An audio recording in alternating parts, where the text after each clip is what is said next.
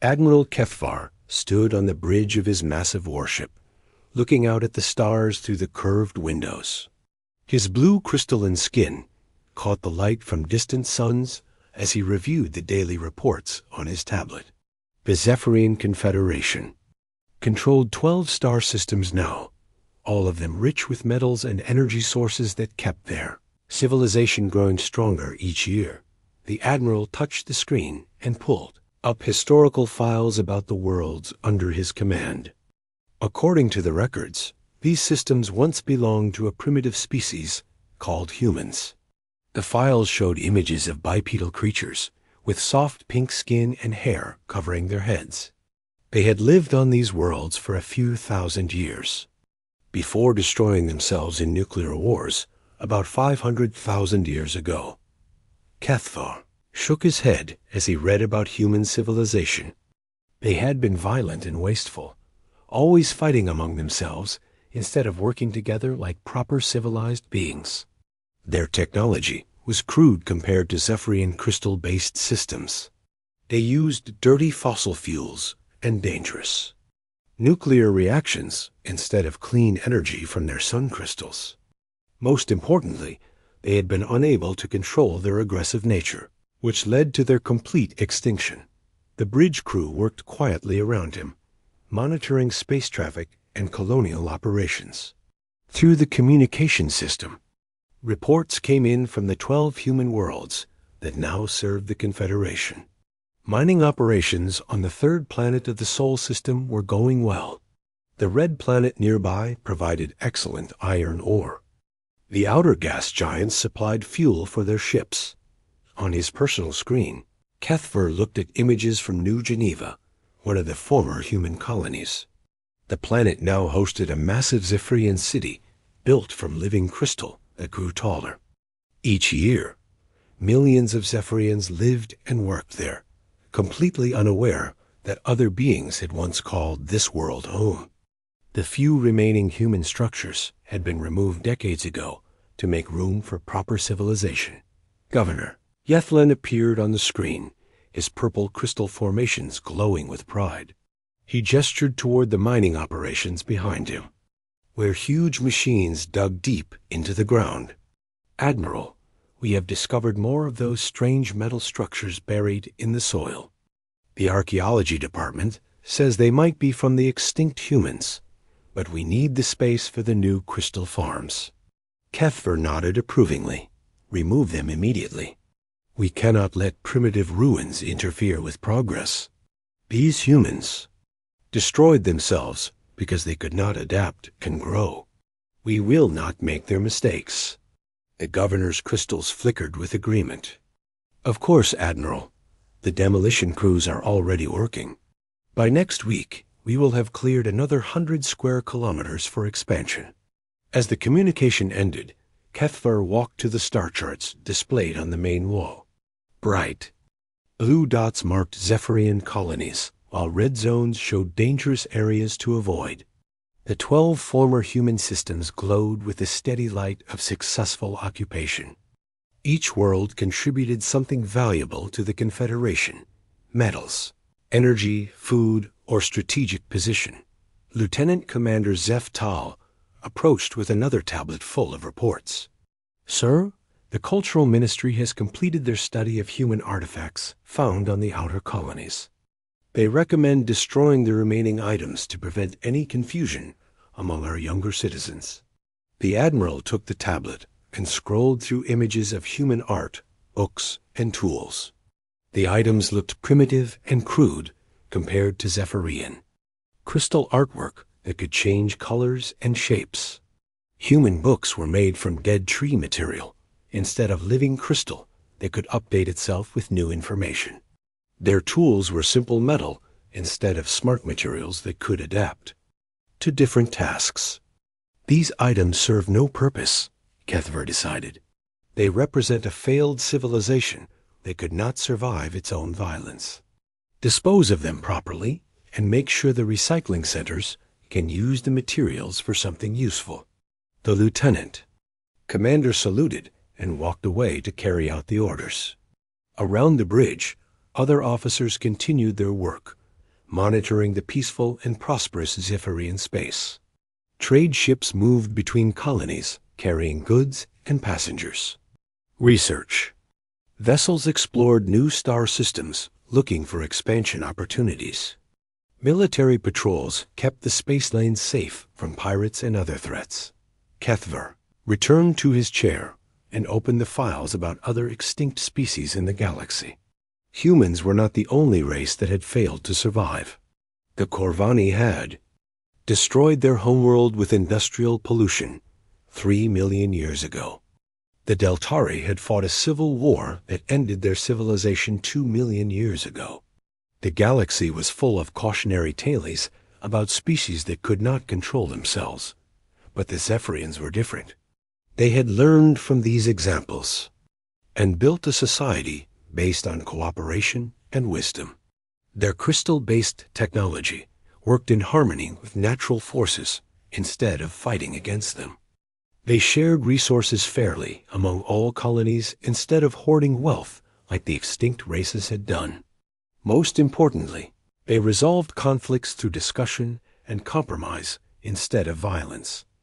The Admiral felt proud of his peoples. Achievements.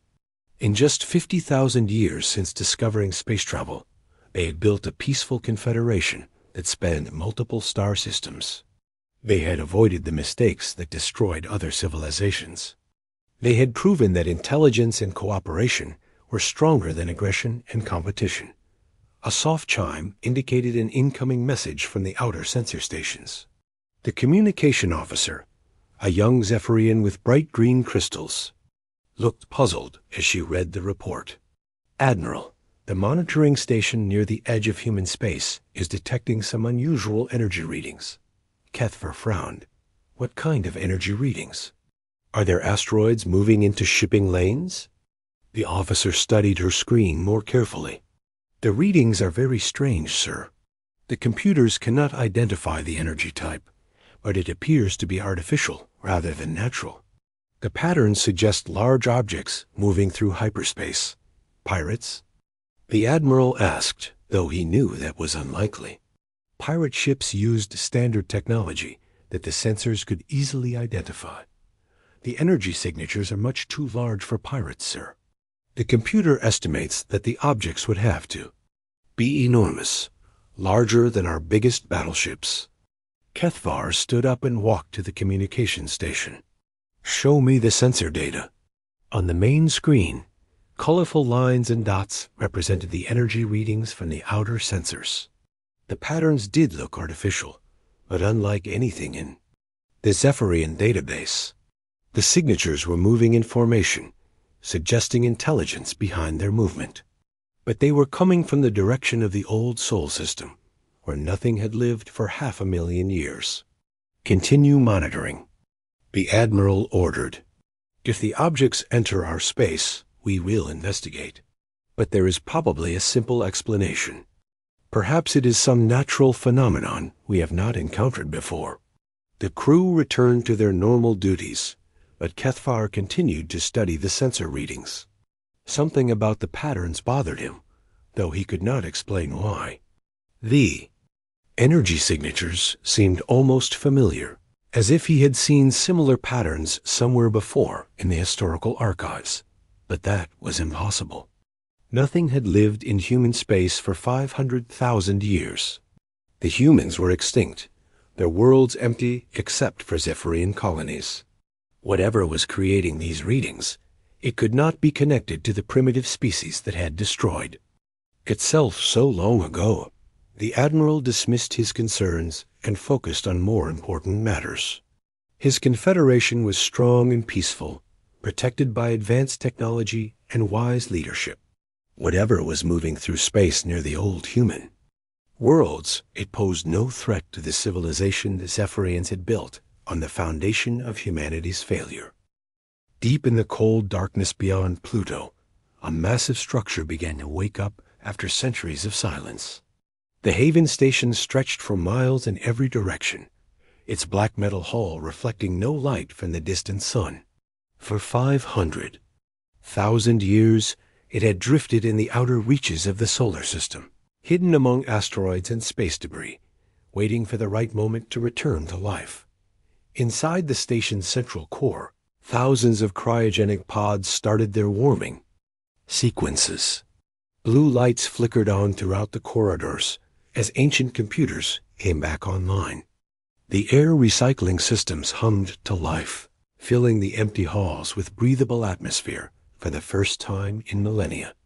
Captain Jake Morrison felt warmth returning to his body as the cryogenic fluid drained from his pod.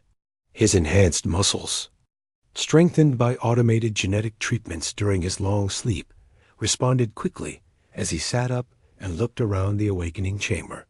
Hundreds of other pods were opening simultaneously, releasing their sleeping occupants into the new age. Morrison's body was different now than when he had first entered the pod. The automated medical systems had been improving him for centuries, making his bones stronger, his reflexes faster, and his mind sharper. He was still recognizably human, but enhanced far beyond what his ancestors could have imagined.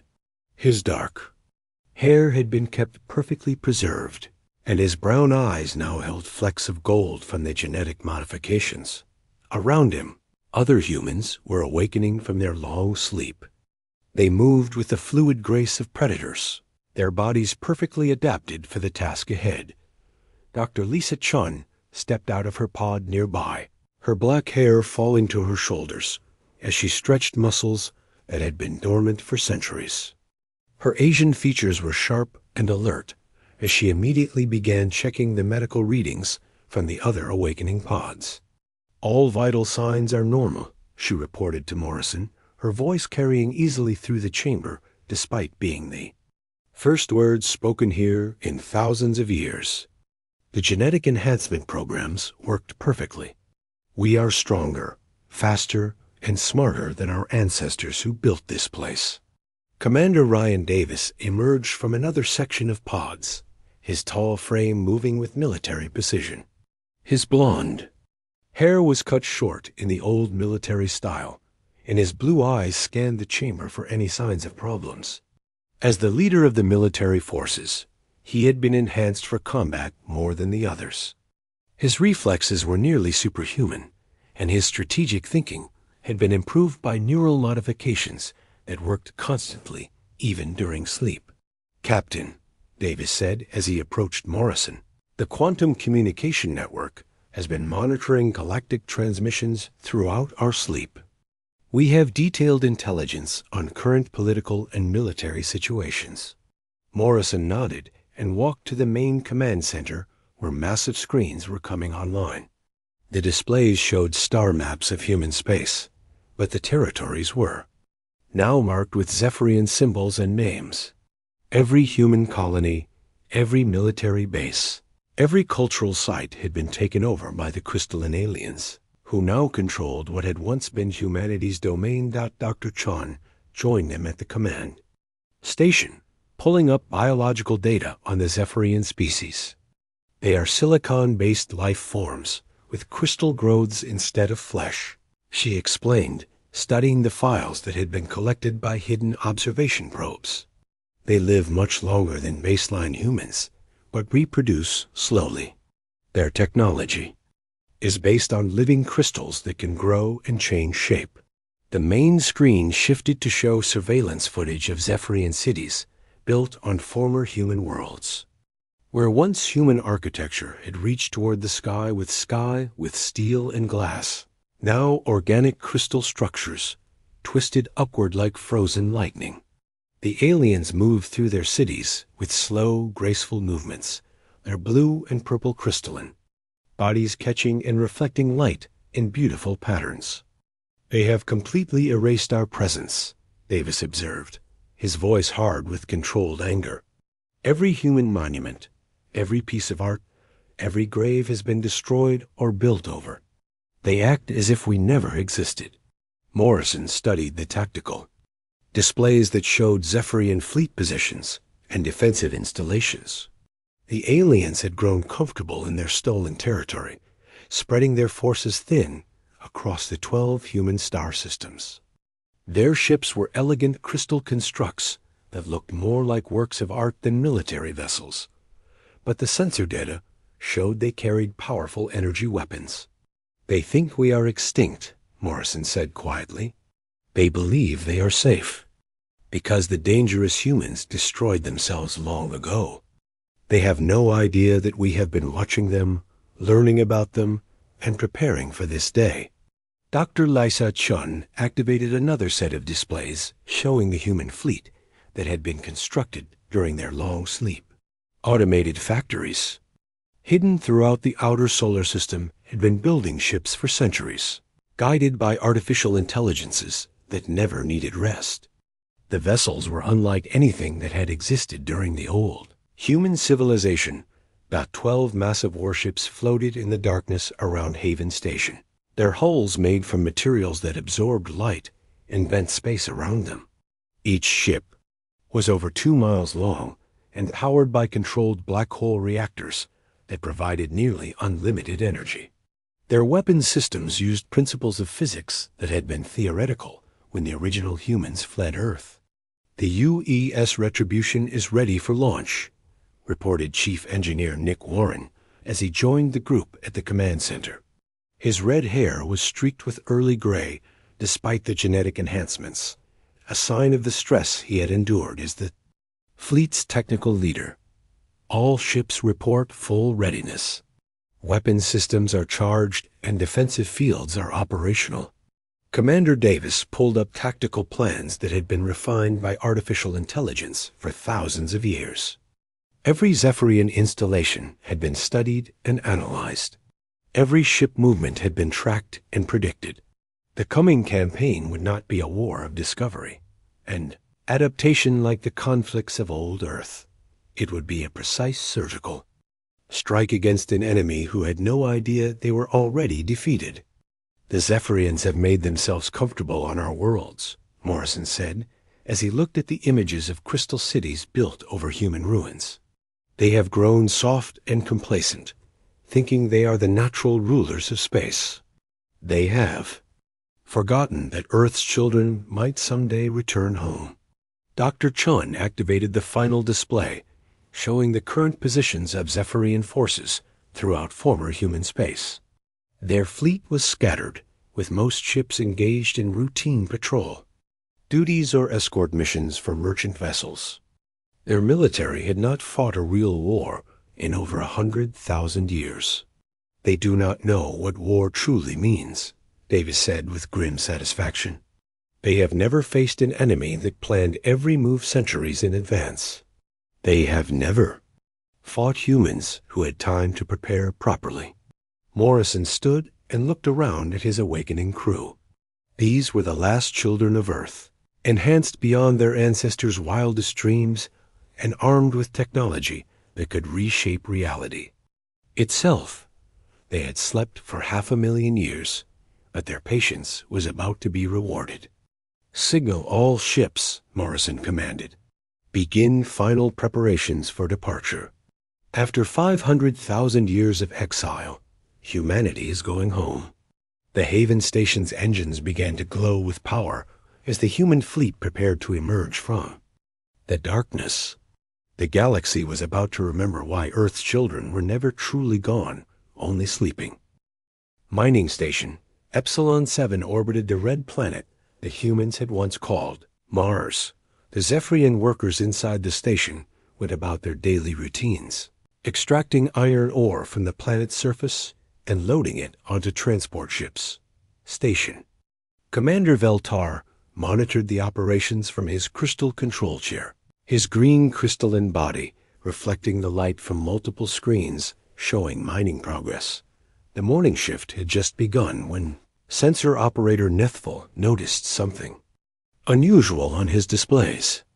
12 large objects had appeared at the edge of the system, moving steadily toward the inner planets. The energy signatures were unlike anything in the Zephyrian database.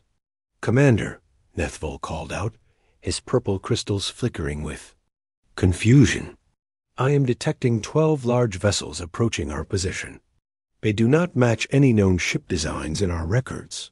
Veltar moved to the sensor station and studied the readings.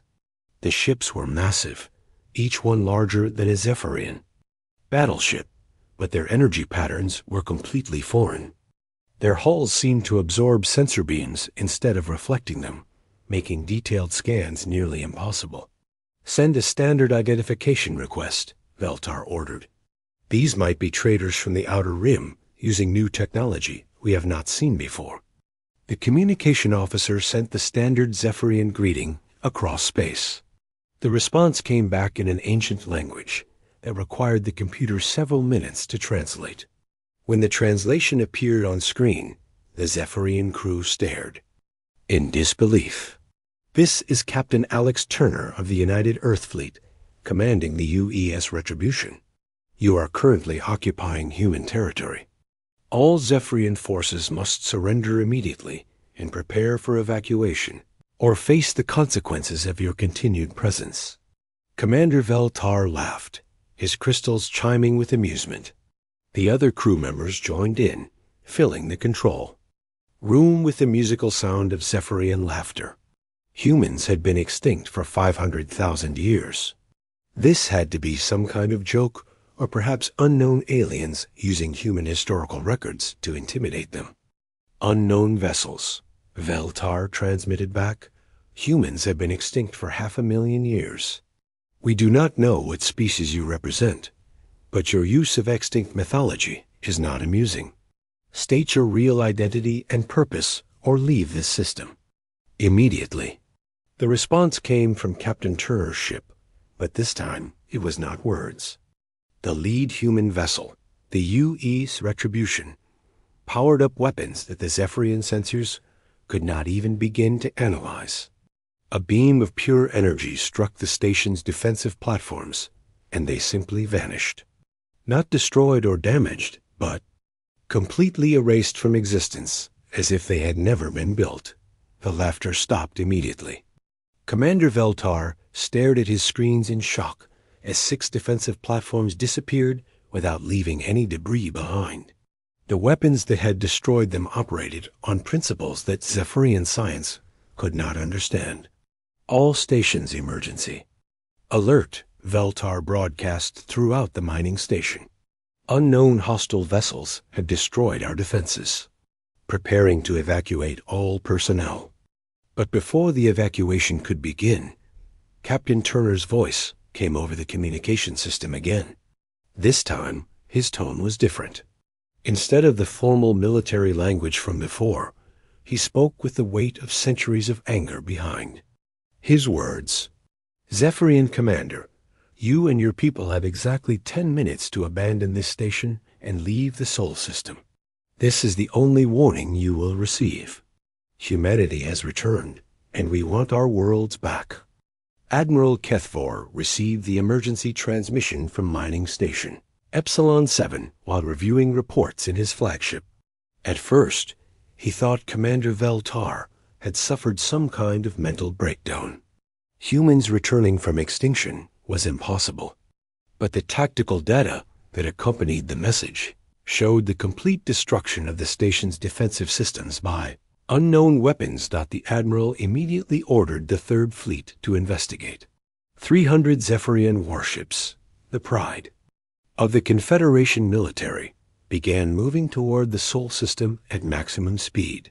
These ships had never been defeated in battle, their crystal hulls nearly indestructible, and their energy weapons capable of destroying planets. Lieutenant Commander Sam Hughes monitored the approaching Zephyrian fleet from the bridge of the UES Nemesis. His enhanced eyes tracked multiple targets simultaneously as he reported their positions to Captain Turner and the other human commanders. The Zephyrians were moving in their traditional formation, designed for fighting pirates and rebels who used conventional weapons. Captain Turner, Hughes reported over the communication system. Zephyrian Third Fleet approaching. 300 vessels in standard battle formation. They do not appear to be taking any special precautions. Turner studied the tactical display showing both fleets.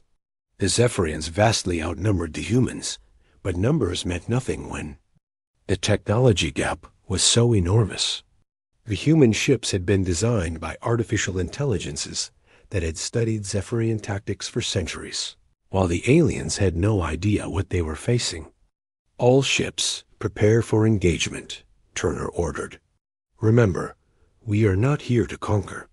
We are here to reclaim what was always ours." The two fleets met at the edge of the Sol system, where the asteroid belt had once marked the boundary between inner and outer planets.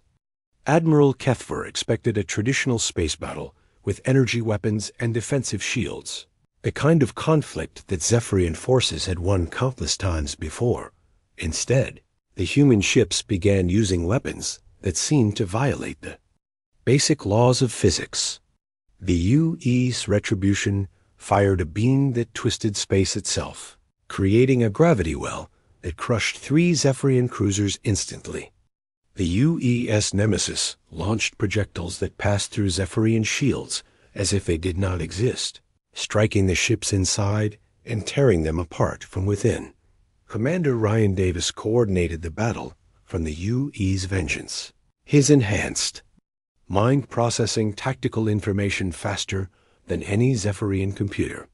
He watched as human weapons systematically dismantled the alien fleet with surgical precision. Every shot hit exactly where it was intended, and every hit was fatal. Admiral Kethver tried to organize a retreat as his fleet was destroyed around him.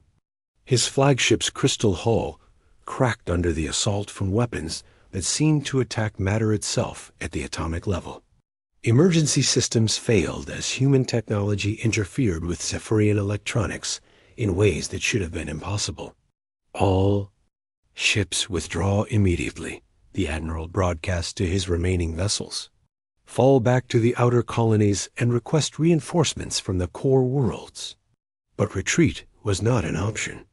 The human ships moved faster than anything in the Zephyrian fleet, surrounding and destroying the alien vessels before they could escape. Captain Turner had given them a chance to surrender, and they had chosen to fight instead. The battle lasted exactly 14 minutes. When it was over, 300 Zephyrian warships had been reduced to debris floating in space. Not a single human vessel had suffered any damage. The wreckage drifted silently among the asteroids, a monument to the price of underestimating Earth's children. Captain Turner opened a communication channel to all remaining Zephyrian forces in the system. His voice carried across space to every alien ship, station, and colony in what had once been human territory. "This is the United Earth Fleet," Turner announced. "We have returned to reclaim our worlds. Any Zephyrian forces that surrender immediately will be allowed to evacuate safely. Any who resist will share the fate of Admiral Kethver's fleet. You have 1 hour to decide." Throughout the Sol system, Zephyrian commanders looked at the debris of their most powerful fleet and began making preparations to abandon the worlds they had called home for 50,000 years. The humans had returned, and their long exile had made them into something far more dangerous than the species that had once lived among the stars. Colonel Amy Rodriguez stood at the front of the troop transport as it descended toward New Geneva's surface. Through the reinforced windows, she could see the sprawling Zephyrian crystal city that had been built over the ruins of the human colony. Twisted spires of living crystal reached toward the sky, their surfaces pulsing with soft blue and purple light. It was beautiful in an alien way, but Rodriguez knew what lay buried beneath those elegant structures. The transport touched down in what had once been the central plaza of New Geneva. Human monuments had stood here for centuries before the Zephyrians arrived. Now the area was covered with crystal gardens that grew in geometric patterns, completely erasing any trace of human presence.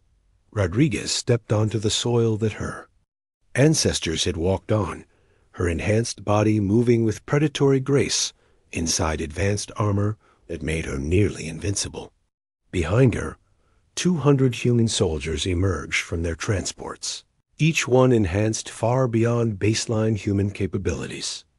Their armor was black as space itself, and their weapons could punch through the hardest materials known to science. Major Tom Phillips approached Rodriguez with a tactical tablet showing the city's layout. His brown hair was cropped short in military fashion, and his green eyes held the cold focus of a professional soldier. The genetic enhancements had made him faster and stronger, but more importantly, they had given him perfect memory and the ability to process multiple information streams simultaneously. "Colonel, we have located Governor Yethlin residence in the Central Crystal Tower," Phillips reported. "Intelligence indicates he is still inside with his administrative staff. The civilian population is evacuating to the outer districts, as ordered." Rodriguez nodded and activated her communication system. "All units advance by sectors. Remember, we are here to reclaim human territory, not to slaughter civilians. Any Zephyrian who surrenders will be treated according to military law. Any who resist will be eliminated."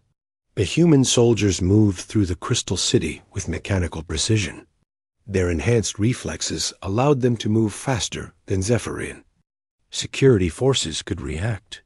When alien guards tried to resist, the humans dealt with them efficiently and without mercy. Energy weapons that could destroy Zephyrian armor, like paper, made short work of any opposition. Dr. Ben Carter followed behind. The main assault force with a team of specialists trained in archaeology and historical recovery. His job was to find and preserve any remaining human artifacts that might have survived the centuries of Zephyrian occupation. Carter's enhanced mind could process and catalog information at superhuman speeds, making him perfect for the task of recovering humanity's lost heritage. In the basement levels beneath the crystal structures, Carter's team made their first major discovery. Hidden behind layers of crystal growth, they found the remains of a human library. Most of the books and digital storage devices had been destroyed, but some items had survived in sealed containers.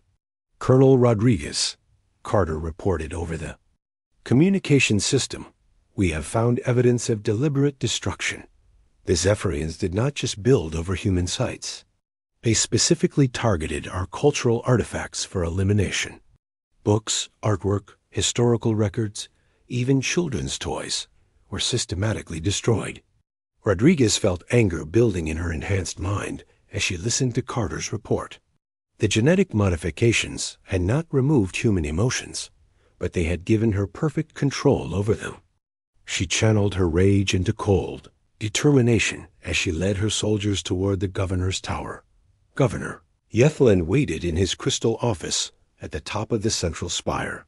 His purple crystalline body trembled with fear as he watched human soldiers methodically take control of his city. Through his windows, he could see Zephyrian civilians being escorted to evacuation points by the human forces. The aliens were not being harmed, but they were clearly prisoners now. The office door dissolved as human weapons reduced it to its component atoms. Colonel Rodriguez entered with Major Phillips and a squad of soldiers, their armor making them look like demons from some ancient mythology. The governor tried to activate his emergency communication system, but the human technology had already disabled all Zephyrian electronics in the building. "Governor Yethlin," Rodriguez said, her voice amplified by her armor speakers, "you are hereby charged with the systematic destruction of human cultural sites and the desecration of human burial grounds. How do you answer these charges?" The governor's crystals flickered with confusion and fear. "I do not understand. Humans have been extinct for 500,000 years. These sites were abandoned ruins when we arrived. We simply built our civilization on empty land." Major Phillips activated a holographic display that showed detailed records of the human colony that had once existed on New Geneva. Images of human buildings, parks, schools, and cemeteries appeared in the air between them. The records had been compiled by the automated monitoring systems that had watched the Zephyrians for centuries. "These are the original human structures that stood on this site," Phillips explained. "Our records show that Zephyrian forces deliberately demolished human monuments, destroyed artwork, and built over marked graveyards. This was not accidental construction on abandoned land. This was systematic cultural genocide. Governor Yethelen stared at the holographic evidence in growing horror. His people had indeed found ruins when they first arrived at New Geneva, but they had been told these were the remains of a failed civilization that had destroyed itself. The military commanders had ordered the removal of all traces of the previous inhabitants to prevent any confusion among the colonists. "We did not know," the governor said weakly. "We were told that the previous inhabitants were primitive beings who could not survive. We thought we were clearing away the debris of a failed species." Colonel Rodriguez stepped closer to the trembling alien governor. Her armor sensors were recording everything for the historical archives that would document humanity's return to the stars. Future generations would know exactly what had been done to their ancestors' legacy. "Ignorance is not an excuse," Rodriguez stated. "Your people made a choice to erase every trace of human civilization. You destroyed our art, our books, our graves, and our monuments. You built your cities on the bones of our ancestors, and then pretended we never existed." Dr. Carter's voice came over the communication system with another report. "Colonel, we have found the remains of New Geneva Memorial Cemetery. The Zephyrians built a crystal park directly over the burial site. Thousands of human graves were destroyed to make room for their recreational facilities." The evidence continued to mount as Carter's teams made more discoveries throughout the city.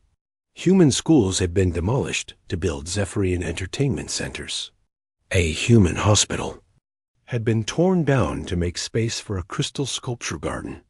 Most shocking of all, they found evidence that the Zephyrians had discovered human time capsules and historical records, then deliberately destroyed them to prevent future archaeologists from learning about the previous inhabitants.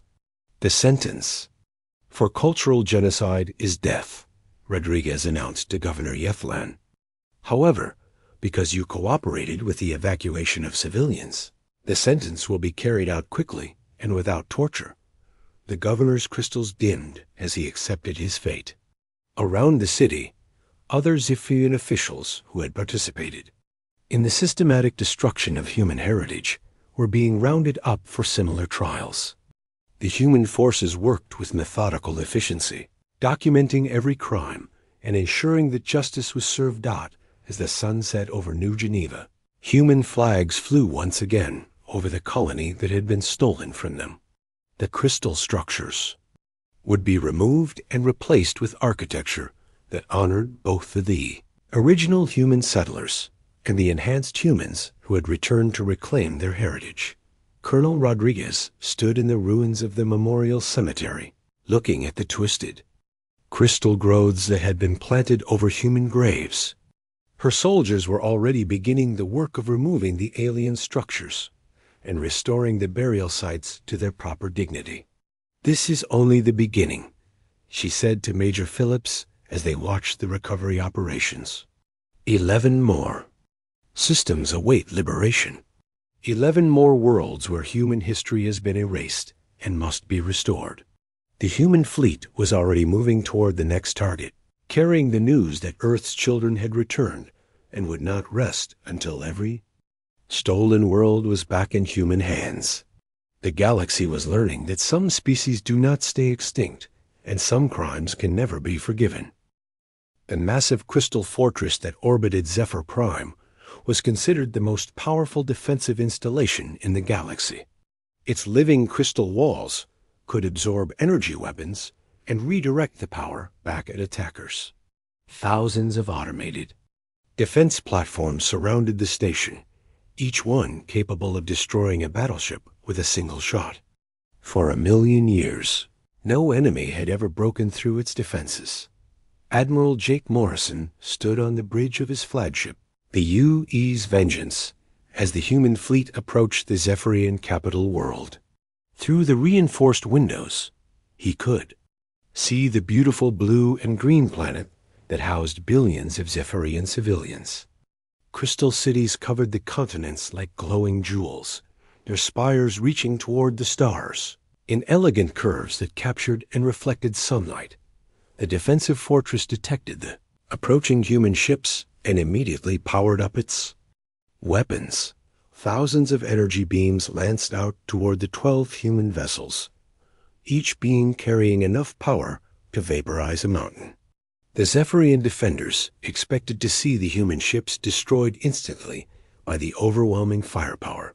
Instead, the energy beams simply disappeared when they struck the human ships' defensive fields. The vessels continued their approach without any sign of damage, their black holes absorbing light and making them appear like holes cut out of space itself. Morrison activated the fleet communication system and spoke directly to the Zephyrian defenders. This is Admiral Morrison of the United Earth Fleet. You are defending territory that was stolen from humanity. Surrender immediately, and your lives will be spared. Continue fighting and share the fate of all who tried to erase us from history. The response came from General Ketzer, commander of the orbital fortress. His voice carried the arrogance of someone who had never known defeat. Unknown vessels, you face the might of the Zephyrian core worlds. Our defenses have never been breached. Turn back now or be destroyed. Morrison nodded to his weapons officer, Commander Ellen Hayes. Her blonde hair was pulled back in a tight military style, and her blue eyes showed no emotion as she prepared to demonstrate human firepower. The genetic enhancements had made her reflexes perfect for coordinating multiple weapon systems simultaneously. Target the fortress, Morrison ordered. Show them what 500,000 years of preparation can accomplish. The U.E.'s vengeance fired a single beam from its primary weapon. The energy struck the crystal fortress and began breaking down the molecular bonds that held the structure together. Within seconds, the massive installation that had taken centuries to build simply came apart, its component atoms separating and drifting away into space. The defensive platforms surrounding the fortress tried to respond, but human weapons targeted them with precision that seemed impossible. Each shot hit exactly where it was intended, and each target was eliminated before it could fire back.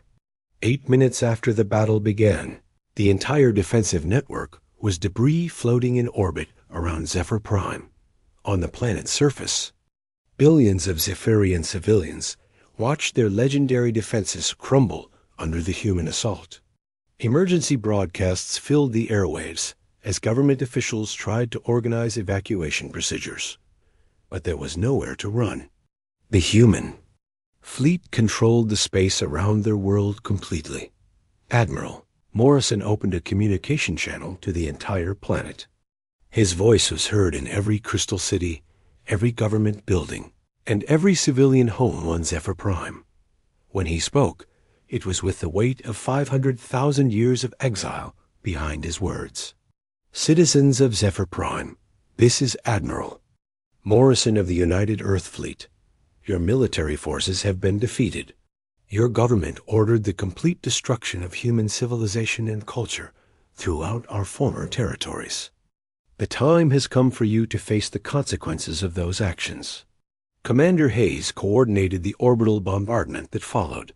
Human weapons struck the planet's major cities with surgical precision, targeting government buildings, military installations, and industrial complexes.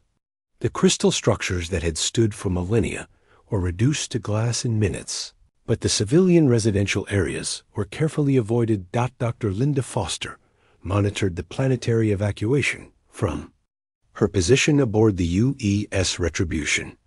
Her enhanced mind processed thousands of data streams simultaneously, tracking the movement of millions of Zephyrian civilians as they fled their burning cities. Despite her anger at what the aliens had done to human culture, she ensured that evacuation routes remained clear and that refugee camps received adequate supplies. Admiral, Foster reported, civilian evacuation is proceeding smoothly.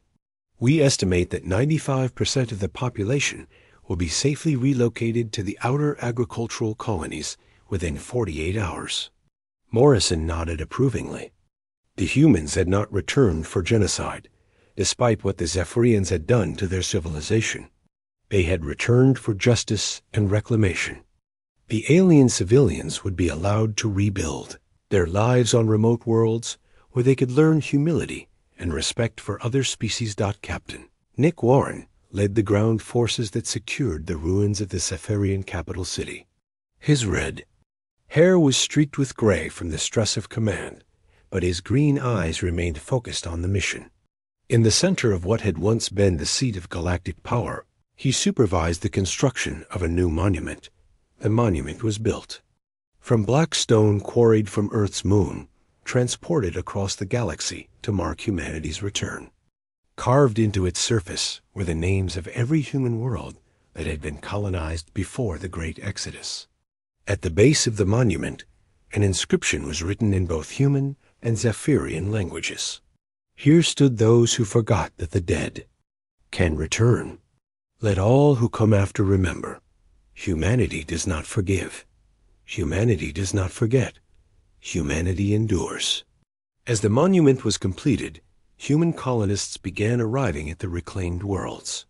These were not the same humans who had once walked among the stars.